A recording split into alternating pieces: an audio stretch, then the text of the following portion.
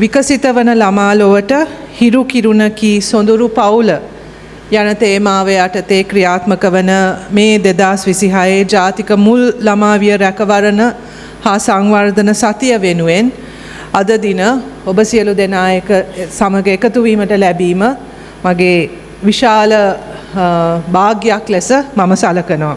දරුවෙක්ගේ අනාගතය, දරුවාගේ පෞරුෂය, ලෝකය දකින ආකාරය මේ සියල්ලම තීරණය වෙන්නේ මුල් ළමාවිය අවදියේ කියන එක ගැන අපි සියලු දෙනාම එකඟයි. අපි සියලු දෙනාම මේ පිළිබඳව දැන් අවුරුදු ගණනාවක් කතා කරනවා. ඒ රැකවරණය, ඒ කාල පරිච්ඡේදය දරුවෙක්ගේ ජීවිතයට කොච්චර අවශ්‍ය වෙනවද කියන එක ගැනත් අපි නිරන්තරයෙන්ම කතා කරනවා. ඉතින් ඒ නිසා වගකිව යුතු පුරවැසියන් හැටියට, වගකිව යුතු රජයක් හැටියට, රටක් හැටියට අපි මේ වෙනුවෙන් සැලසුම් සහගතව මේ ශාස්ත්‍රයේ ගුණාත්මක භාවය, ශාස්ත්‍රයේ වැඩ කරන ඔබ සියලු දෙනාගේම වෘත්තික භාවය රැකගෙන දරුවන්ට ඒ ලැබිය යුතු උපරිම සේවාව ලබා දීම වෙනුවෙන් තමයි ඔබ අප සියලු දෙනා එකතු වෙලා තියෙන්නේ. සහ අප තේමාව තුලින් අපි නැවත නැවත අප සියලු දෙනාටම මතක් කරගන්නේ මේ සියලුම මේ පරමාර්ථ එක්ක අපි එකතු වුණාට අපිට පිළිගන්න වෙන දෙයක් තියෙනවා. බොහෝ දුරට పూర్ව ළමාවිය වැඩසටහන්, ඒ අධ්‍යාපනයේ අවධිය ටිකක් අසංවිධාත්මකව සහ අවිධිමත් විදියට කෙරෙන අවස්ථාත් අපි බොහෝ දුරට දැකලා තියෙනවා. ඒ නිසාම තමයි විශේෂයෙන්ම කාන්තා හා ළමා කටයුතු අමාත්‍යාංශයේ නායකත්වය හරහා මේ ශාස්ත්‍රය තුළ විධිමත් භාවයක් සහ ඒ වෘත්තික භාවය රැක ගැනීම සඳහා විශාල මැදිහත් වීමක් කරමින් යන්නේ. මේ මැදිහත් වීම තුළ අපිට අවශ්‍යයි ඔබ සියලු දෙනාම එකතු කරගන්න. මෙතනින් අපි අදහස් කරන්නේ මේක අපි මේ පැය 24න් කරන්න ඕන වෙනසක්. දැනට ඉන්න අයව අපි අතහරිනවා, ඒගොල්ලොන්ව අයින් කරනවා.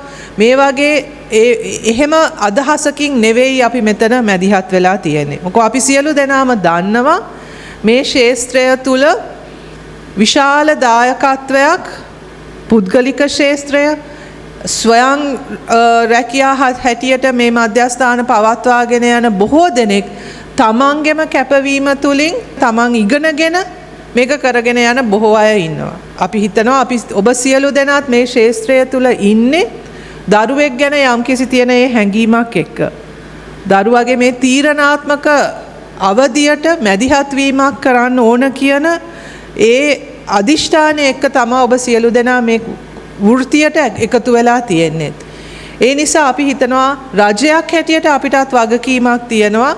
ඔබට ඔබ මේ තෝරගත්ත වෘත්තිය හොඳම විදියට කරගෙන යන්න අවශ්‍ය ඒ සහයෝගය, අවශ්‍ය ප්‍රතිපත්ති, ඒ අවශ්‍ය පුහුණුව ලබා දීම අපේ වගකීම කියලා. එතකොට ඒක ඒ සඳහා මේ ශාස්ත්‍රය තුල සිද්ධ විය යුතු පරිවර්තනය ක්‍රමානුකූලව ඔබ සමග සාකච්ඡා කරමින් ඔබත් මේකට දායක කරගනිමින් අපි ඉදිරි කාලය තුල ක්‍රියාත්මක කිරීමේ කර්තව්‍ය තුල තමයි අපි සියලු දෙනා යෙදී සිටින්නේ. අධ්‍යාපන පද්ධතිය තුලත් పూర్ව ළමාවිය අධ්‍යාපනය අපේ අධ්‍යාපන ක්‍රියාවලියේ කොටසක් බවට පත් කරගන්න තමයි අපි සැලසුම් කරගෙන යන්නේ. ඒ නිසා పూర్ව ළමාවිය අධ්‍යාපනය සියලුම දරුවන්ට ලැබිය යුතුයි කියන පදනම ඒක අධ්‍යාපන ක්‍රියාවලියේ පළවන අදියර ලෙස හඳුනාගෙන තියෙනවා. ඒක සියලු දරුවන්ට අනිවාර්ය විය යුතුයි කියන පදනමේ ඉඳගෙන තමයි අපේ අධ්‍යාපන ප්‍රතිපත්තියත් අපි සකස් කරන්නේ. සියලුම දරුවන්ට ඒ ප්‍රවේශය තහවුරු විය යුතුයි. අපි එක වසරේ සිට සියලුම දරුවන්ට ඔවුන්ට අධ්‍යාපනයේ අයිතිය තහවුරු කරනවා වගේම పూర్ව ළමාවිය අධ්‍යාපනය කියන එකත් పూర్ව ළමාවිය සංවර්ධනය කියන එකත් සියලුම දරුවන්ට තහවුරු වෙන විදියට අපේ යටිතල පහසුකම්, අපේ සේවාවන්, අපේ මධ්‍යස්ථාන අපි දියුණු කරගන්න තමයි අපි බලාපොරොත්තු වෙන්නේ. මෙතෙන්දී මම විශේෂයෙන් ඔබේ අවධානය යොමු කරන්න කැමති ආබාධිත දරුවන්ට අපි මේ పూర్ව ළමාවිය අධ්‍යාපනය තහවුරු කිරීම පිළිබඳව. මේක විශේෂයෙන්ම ආබාධිත දරුවන්ට මේක සුවිශේෂී දෙයක්. මේක අත්‍යවශ්‍ය දෙයක් වෙනවා. ඒ දරුවන්ගේ ඊළඟ පියවර ගැනීම සඳහා ඔවුන්ට මූලික පදනම සියලුම දරුවන්ට ඒක ලැබිය යුතුයි වගේම ආබාධිත දරුවන්ට పూర్ව ළමාවිය අධ්‍යාපනය අහිමි වෙනවා. එහෙම නැත්නම් పూర్ව ළමාවියේ සංවර්ධන කොටස අහිමි වෙනවා කියන්නේ බරපතල දෙයක්. పూర్ව ළමාවියේ සංවර්ධනය කියන දේ සියලුම දරුවන් සාධාරණයත් සමානාත්මතාවයක් තහවුරු කරමින් ලබා දෙන්නේ කොහොමද කියන එක ගැන අපේ විශේෂ අවධානය දිය යුතුයි කියලා අපි මේ ගැන අවධානය දෙනකොට අපි කායික ආබාධිත දරුවන්ට මේ ප්‍රවේශය දෙන එක ගැන යම් සංවේදීතාවයක් යම් අවධානයක් සමාජය තුළ දැනට තියෙනවා වගේම ඊට සමානව අපේ අවධානය දිය යුතු කොටසක් තියෙනවා. ඒක තමයි මම හිතන්නේ මෙතන මට වඩා විශේෂඥ දැනුම තියෙන බොහෝ අය ඉන්නවා. නමුත් අපි සියලු දෙනාගේම මොළය ක්‍රියාත්මක වෙන්නේ එක විදියට නෙවෙයි. අපි කියවන්න ඉගෙන ගන්න අපි පාට දකින්නේ අපිව ස්ටිමියුලේට් වෙන්නේ එකම විදියට නෙවෙයි. එකම වේගයට නෙවෙයි. ඒ වෙනස්කම් සහිත දරුවන් අපි මේ ක්‍රියාවලිය තුළ අපි දකින්න ඕනේ අපි එකතු කරගන්න ඕනේ. මේවට අපිට ලේබල් දෙන එකම නෙවෙයි. අපි ඕටිසම් කියලා කියනවා ADHD කියලා කියනවා ලර්නින් ඩිසැබිලිටි කියලා කියනවා. මේවට අපිට ලේබල් දෙන්න පුළුවන්. හැබැයි අපි හිතනවා పూర్ව ළමාවිය අවදියේ වැඩ කරන සම්ප්‍රදායකින් හැටියට පුද්ගලයන් හැටියට ගුරුවරු හැටියට ලේබල් කිරීමට එහා අපේ වැඩක් තියෙනවා.